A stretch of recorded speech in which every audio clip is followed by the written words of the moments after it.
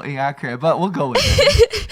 So in Korea, the only diamond spoons are really the chaebars. And before I tell you how to get a diamond spoon, let's talk about my diamond spoon moment real quick. Listen, I would be lying to you if I said that I didn't wish that I was born with a diamond spoon stuck in my mouth. Like, the only thing that my parents are trusting me with is the ability to fund myself. Do you get it? Trust fund. Anyway, I'm still waiting for my Wang Sudong moment when my parents are going to say, Hey, Stephanie, stop making those silly, goofy videos, okay? Come here, come here. Here's $100 million. I don't know, go buy some groceries. and I'm going to be like, oh my God, for groceries? This is crazy. I get it. Nobody spends $100 million on groceries. I'm not an idiot. But I will say my grocery bills are still kind of alarming.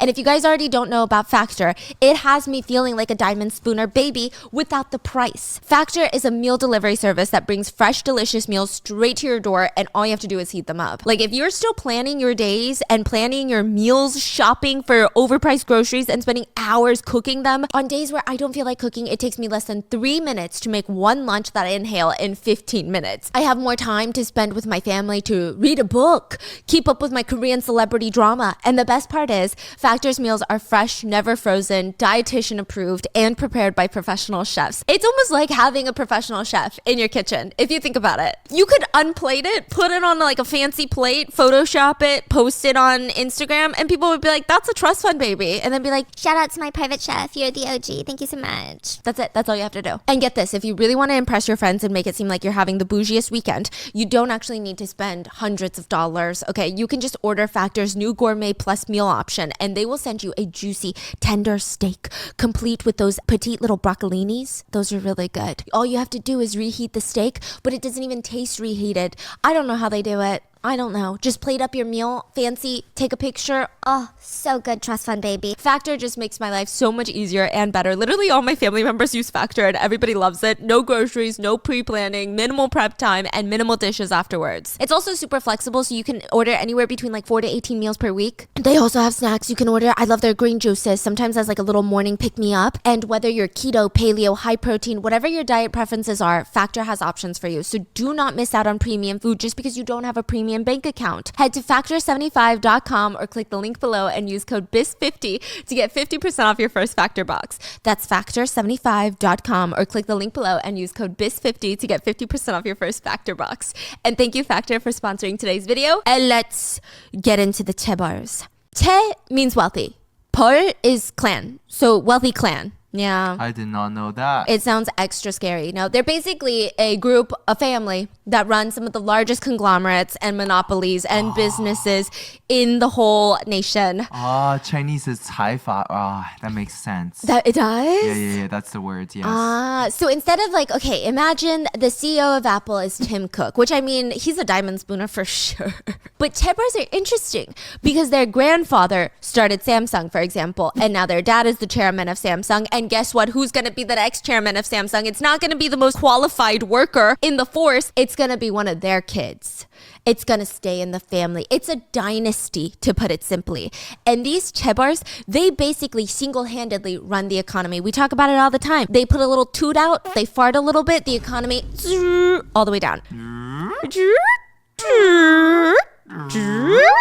That's every time Samsung farts, that's the economy. The economy just up And down. and up. Thank you, Sabrina. I love you so much, Sabrina. It's also commonly accepted in South Korea that changing spoons after being born it's nearly impossible. I don't know what to say, okay? They just say, that's the spoon you're born with, so you better eat as much as you can. Yeah, you better just try to eat with the spoon that you're born with, okay? Either you're born into money power or you're not. The spoon chooses you. You do not choose the spoon. But if you're like, you know what? I am dead set on having a golden spoon in my mouth by the time that I dead in my casket. There are only 5 ways that you can go about it, okay? 1, you have to be born with that golden spoon already shoved down your esophagus so that you can die with a golden spoon in your mouth. But let's say that didn't happen. 2, you can study really, really, really hard. Go to a sky school, an Ivy League in South Korea, and get a well-paying job, preferably as like something with a 사 at the end. 판사, 변호사, 의사. That's really hard because that's how everyone's trying to get their golden spoons. And You know what? I'm so sorry. Side note. Stop looking at my hands. 3. You can be really talented or gifted at something, a protege at something, okay? Or a massive celebrity. You could be BTS. That's how you change your spoons. Or 4, you can marry rich. Or 5, you can win the lottery. Koreans joke that some of these are just fantasies. Like, it's hard to marry a golden spooner when you have a dirt spoon in your mouth. Like, the chances are as good as winning the lottery, regardless of what the K-dramas are showing you. So if you really want to change your spoons, that's really the only way.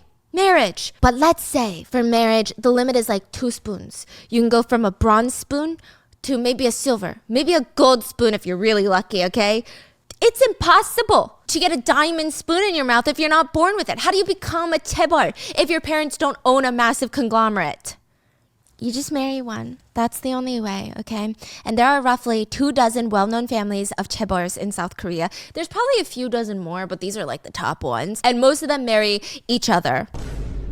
Oh, not the family members. It's not Game of Thrones, but they marry other chaebols. Recent data compiled show that half of them opt to marry other chaebol kids. So this whole K-drama trope of marrying the poor girl that really loves the triangle kimbap from the convenience store and does not even care for Michelin star restaurants just like doesn't happen. I'm not saying it's impossible, but it's really hard. If these people are marrying outside of the chaebol circles, guess what some of their top professions are? And they're called the general public. If they don't marry another chaebol, what kind of professions do you think these people are marrying? Like TV anchor and stuff, right? Yeah, so they'll marry the kids of political figures, or they'll marry actors, actresses, or TV newscasters. Like, you know how in America we just be like putting anybody on the news these days? You know what I mean? But in South Korea, oh, creme de la creme. You are talking like the creme de la creme of the sky schools. It is impossible to become a news anchor. Like, it's more impossible probably than to become a celebrity. And they be marrying each other. 안녕하세요. 안녕하세요. 안녕하세요. SBS입니다. That was so bad. But like typically the male chaebols love marrying female journalists and news anchors to the point where there's a lot of articles being like, Is this appropriate? are they like trying to do something with the media? What's going on? Stop sleeping with the media. Yeah, and these people, these very incredibly talented, already wealthy people are considered general population. Yeah. GP. Yeah, GP. Gen Pop, yeah. That's what they call them in prison. What do we call them in prison? Like you have the general population and then you have solitary confinement people.